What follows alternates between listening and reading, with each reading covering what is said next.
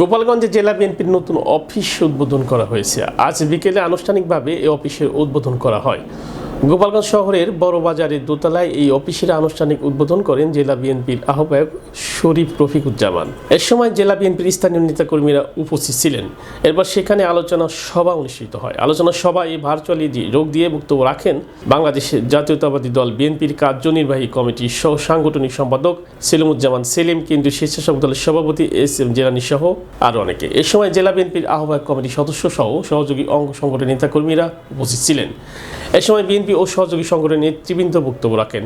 অনুষ্ঠানটি সঞ্চালনা করেন গোপালগঞ্জ জেলা স্বেচ্ছাসেবক দলের আহ্বায়ক সাজ্জাদ হোসেন হীরা।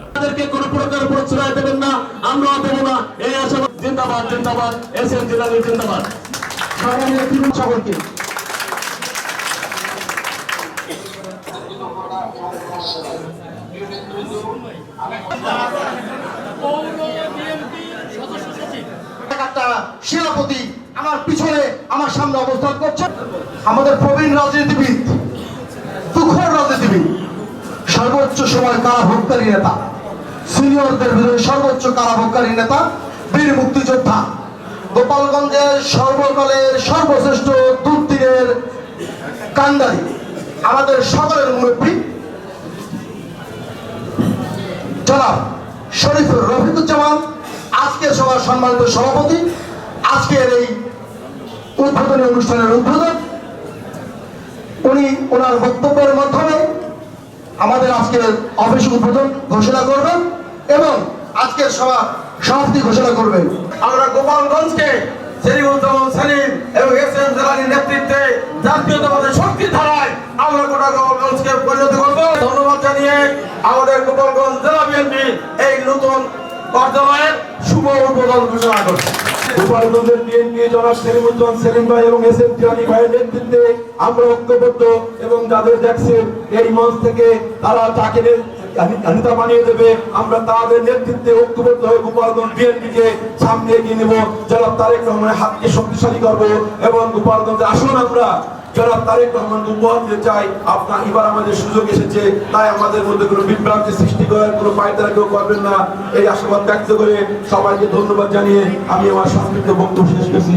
আল্লাহ হাফেজ। বাংলাদেশ জিন্দাবাদ। তারেক রহমান। সকল অঙ্গ সংগঠনের নেতৃবৃন্দ সবাইকে জানাই চেয়ারোক্ত শুভেচ্ছা। 35 বছর রাজনীতি করি। আপনারা যারা হাইব্রিড বলছেন, আপনারা যারা সাইবেরিয়ান বার্ড বলছেন, আমি সে কথা বলবো না। আমি বলবো বর্তমানে যারা এসেছেন তারা আপনারা অনেক পুরনো লোক, আপনারা পরীক্ষা দিয়েছেন, আপনারা সবাই সাবেক। আপনাদের পরীক্ষা শেষ। দয়া করে সাবেকরা তখন দুঃসময় ছিলেন না, আপনারা রাজনীতিকে ভয় পেয়েছেন, ব্যবসা বাণিজ্য নিয়ে ছিলেন, আওয়ামী লীগকে প্রতিষ্ঠা করার জন্য আওয়ামী লীগ নেতৃবৃন্দের সাথে আঘাত করেছেন। আপনাদের পরীক্ষা দিয়ে আমরা দেখেছি, আপনাদের নেতৃত্ব আমরা দেখেছি। দয়া করে আপনারা এই মাঠে আসার চেষ্টা করবেন না। আমরা যারা নতুন আছি, যারা 5 তারিখ না 35 বছর, 30 বছর, 17 বছর যারা মাঠে ছিল, তাদেরকে নেতৃত্ব দেওয়ার সুযোগ দেন। দয়া করে আপনারা কোনো রকমেই আসার চেষ্টা করেন না। যারা পুরাতন নেত্রী আছে, যারা নেতৃবৃন্দ আছে, আপনাদের পরীক্ষা আমরা দেখেছি, আপনাদের নেতৃত্ব আমরা দেখেছি। আমরা এখন নতুন নেতৃত্ব চাই এবং এস.এম. জেলানী এবং সেলিমুজ্জামান সেলিমের নেতৃত্বে যে নেতৃত্ব গোপালগঞ্জে আসবে, আমরা সবাই ঐক্যবদ্ধভাবে তাদের সাথে কাজ করব। কেন্দ্রীয় গোপালগঞ্জ জেলা বিএনপি উদ্বোধনী কার্যক্রমকে সকলকে সুস্বাগতম জানিয়ে এস.এম. জেলানী সহ সেলিমুজ্জামান, এস.এম. জেলানী সহ যারা এই বিএনপি অফিস প্রতিষ্ঠা করার জন্য পরিশ্রম করেছেন তাদের সকলকে আন্তরিক শুভেচ্ছা জানিয়ে আমি আমার বক্তব্য শেষ করছি। আল্লাহ হাফেজ। বাংলাদেশ জিন্দাবাদ। মরহুম রাষ্ট্রপতি জিয়াউর রহমান জিন্দাবাদ। বেগম জিয়া জিন্দাবাদ। তারুণ্যের অহংকার, আগামী দিনে রাষ্ট্রনায়ক তারেক রহমান জিন্দাবাদ।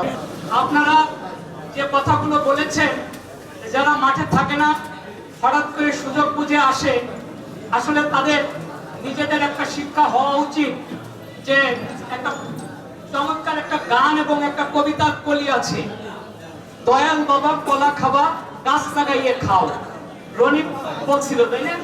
পরের গাছে হাত দিও না, তাড়াতাড়ি যাও। সেলিমুজ্জামান সেলিম, এস.এম. জেলানী, যাকে সবচেয়ে সেরা একটা পদ দিয়েছেন, স্বেচ্ছাসেবক দলের সভাপতি করেছেন। এই দুইজনের নেতৃত্বে আমরা এই গোপালগঞ্জের বিএনপিকে প্রতিষ্ঠিত করব ইনশাআল্লাহ।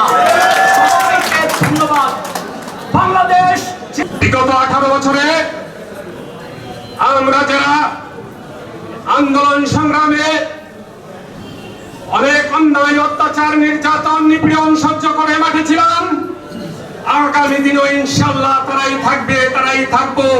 যে কোনো পরিস্থিতির মোকাবেলা করার জন্য আমরা প্রস্তুত আছি। আর কিছু নেতৃবৃন্দ বলেন 5 তারিখ আমরা তো ছিলাম বিএনপিতে, ভাই 18 বছর ছিলেন না। আমরা কেন্দ্র ঘোষিত যে কোনো কর্মসূচি ইনশাআল্লাহ এই গোপালগঞ্জের মাটিতে পালন করেছি। মাত্র 10 থেকে 15টা ছেলে পেলে নিয়ে এই 18 বছর এত সহজ ছিল না ভাই, এইটা ভুলে যাবেন না। ওই সকল ভুয়া পার্টি অফিসকে আপনারা বর্জন করবেন। আর এটি আসল আহ্বান সাহেবের নেতৃত্বে যে পার্টি অফিস আজকে থেকে উদ্বোধন হয়েছে, এটাই আসল। অন্যগুলো সব ভুয়া, এগুলো আপনারা বর্জন করবেন আর আমাদের সাথে থাকবেন। ইনশাআল্লাহ আমরা আপনাদের সাথে থাকবো। এই বলে আমার বক্তব্য শেষ করছি। বাংলাদেশ জিন্দাবাদ।